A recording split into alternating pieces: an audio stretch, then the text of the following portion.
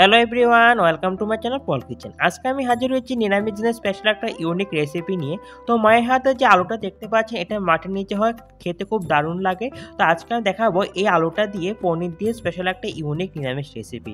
তাহলে চলুন দেরি না করে শুরু করা যাক রেসিপিটা। আর আপনার যদি রেসিপিটা ভালো লাগে থাকে অবশ্যই লাইক, কমেন্ট, শেয়ার, সাবস্ক্রাইব করুন, পাশে থাকা বেল আইকনটা অবশ্যই প্রেস করে দেবেন। মায়ের হাতে যে আলুটা দেখতে পাচ্ছেন, এটাকে কিন্তু আমরা মেটে আলু বলি। আপনারা কে কি আলু বলেন কমেন্ট করে জানাতে পারবেন।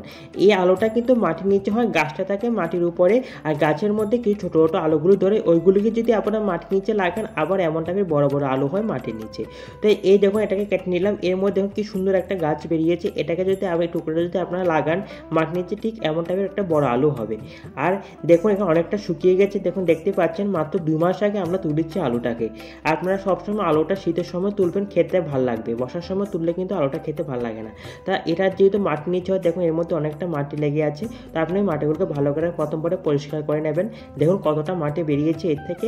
এবার আমরা এটাকে এমন করে মাছ বরাবর প্রথম পরে কাটবো। কাটার পর এটাকে আবার ঠিক যেভাবে করে কাটছে আপনার, ঠিক আলুটাকে কিন্তু ঠিক এমন টাইপের করে কাটবেন। এটাকে আবার এমন করে মাছ বরাবর কাটার পর এটাকে বাইরের দিকে যে কালো রঙের অংশটা আছে, খোসাটা আছে, এটা কিন্তু ভালো করে চেঁচে ফেলে দেবো। আর ওটা যদি না ফেলেন খেতেও ভালো লাগবে না, ঠিক করে সিদ্ধ হবে না। দেখুন কি সুন্দর করে আমরা সবকটা খোসা ভালো করে ছাড়িয়ে নিলাম। দেখুন এক ফুটো খোসা নেই, পুরো খোসাটা ছাড়ানো হয়ে গেছে। দেখতে কি সুন্দর লাগছে আলুটা, একদম ধপধপে সাদা আলু কিন্তু ভেতরটা। আর এইটার মধ্যে কিন্তু 2 কোয়ালিটি আলু আছে, একটা লাল রঙের হয়, একটা সাদা হয়। লালটা কিন্তু খেতে ভালো লাগে না, সাদাটা খেতে খুব ভালো লাগে, কিন্তু খুব সহজে সিদ্ধ হয়ে যায়। এখন এটাকে আবার এমন করে ছোটো ছোটো পিস কেটে নিলাম। দেখুন মাংসের আলুটাকে যেমন করে বড় বড় পিস করে কাটেন, ওটাকে ঠিক এমন টাইপের করে বড় বড় পিস করে কাটবেন, তা নাহলে কিন্তু সবজিটা খেতে ভালো লাগবে না। আর এর থেকে যদি ছোটো পিস করে কাটেন, তাহলে কি হবে, যখন সিদ্ধ করার সময় ভালো করে একদম ভালো করে থেতলো হয়ে যাবে, খেতেও ভালো লাগবে না।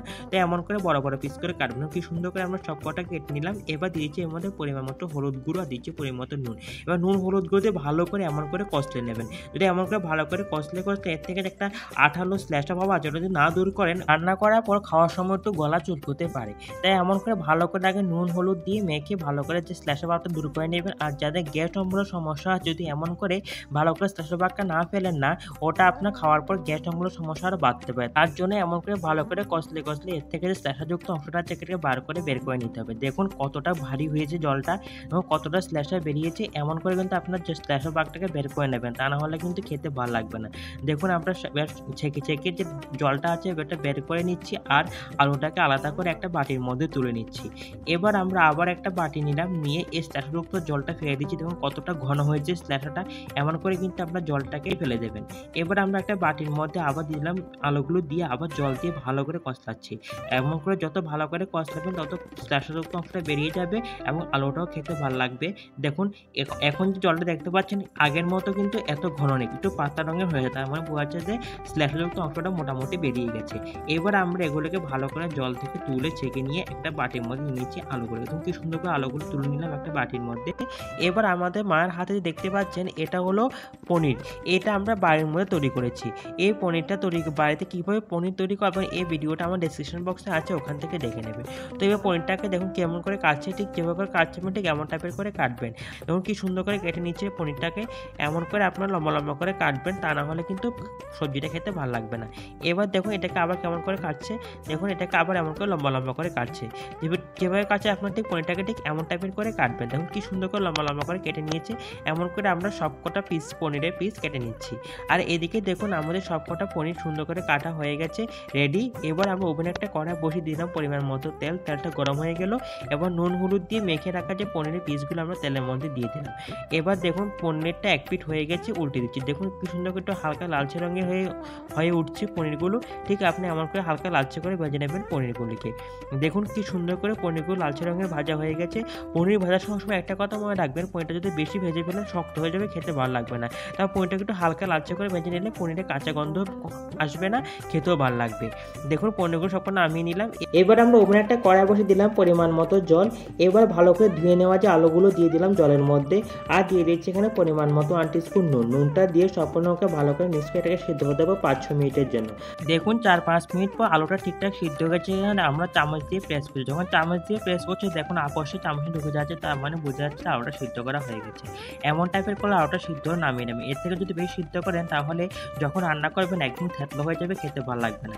এবার আমরা ওভেনে একটা কড়াই বসিয়ে পরিমাণ মতো তেল আর দিয়েছি নুন। তেল দিয়ে কড়াইয়ের মধ্যে ভালো করে লাগিয়ে নিলে কী হবে, যে কোনো ভাজার সময় পোড়া লেগে যাওয়ার সম্ভাবনা থাকবে না। এবার আমরা এর মধ্যে সিদ্ধ করে রাখা আলুগুলো দিলাম। আলুগুলো দিয়ে দিচ্ছি পরিমাণ মতো 1 টিস্পুন হলুদ গুঁড়ো দিয়ে সবকটা উপকরণ ভালো করে মিক্স করে এটাকে হালকা লালচে করে ভেজে নেব 2-3 মিনিটের জন্য। দেখুন 2-3 মিনিট পর আলুগুলো কিছু লালচে রঙের ভাজা হয়ে গেছে। আর সবসময় আলুগুলো ভাজার সময় তেলটা একটু বেশি দিয়ে ভাজবেন, খেতে ভালো লাগবে। নাহলে কিন্তু খেতে একদম ভালো লাগবে না। দেখুন কিছু লালচে রঙের ভাজা হয়ে গেল। এবার দিয়েছি পরিমাণ মতো তেল, 3টে শুকনো লঙ্কা ও তেজপাতা, পরিমাণ মতো পাঁচফোড়ন দিয়ে ফোড়নটাকে একটু হালকা লালচে করে ভেজে নেব।